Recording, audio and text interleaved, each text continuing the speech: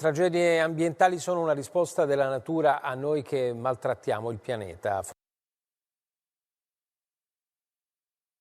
Forte appello di Papa Francesco nella giornata mondiale della Terra. I giovani, esorta Bergoglio, continuino a dare una lezione agli adulti. Ignazio Ingrao, poi Giacomo Segantini. Siamo stati noi a rovinare l'opera del Signore. Abbiamo peccato contro la nostra casa comune, contro il nostro prossimo e contro il Creatore. Il Papa dalla sua biblioteca parla al mondo in streaming, si unisce alla giornata della Terra. Non c'è futuro per noi se distruggiamo l'ambiente, avverte.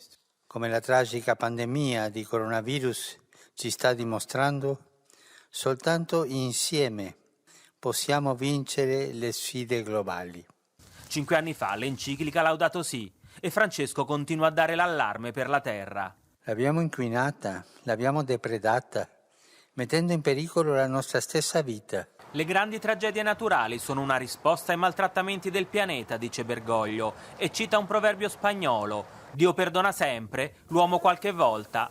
La terra perdona mai. Poi si rivolge ai giovani: è necessario che scendano ancora in piazza per dare una lezione agli adulti. E da casa Santa Marta Francesco lancia un appello all'Unione Europea alla vigilia del vertice di domani. Che l'Europa riesca a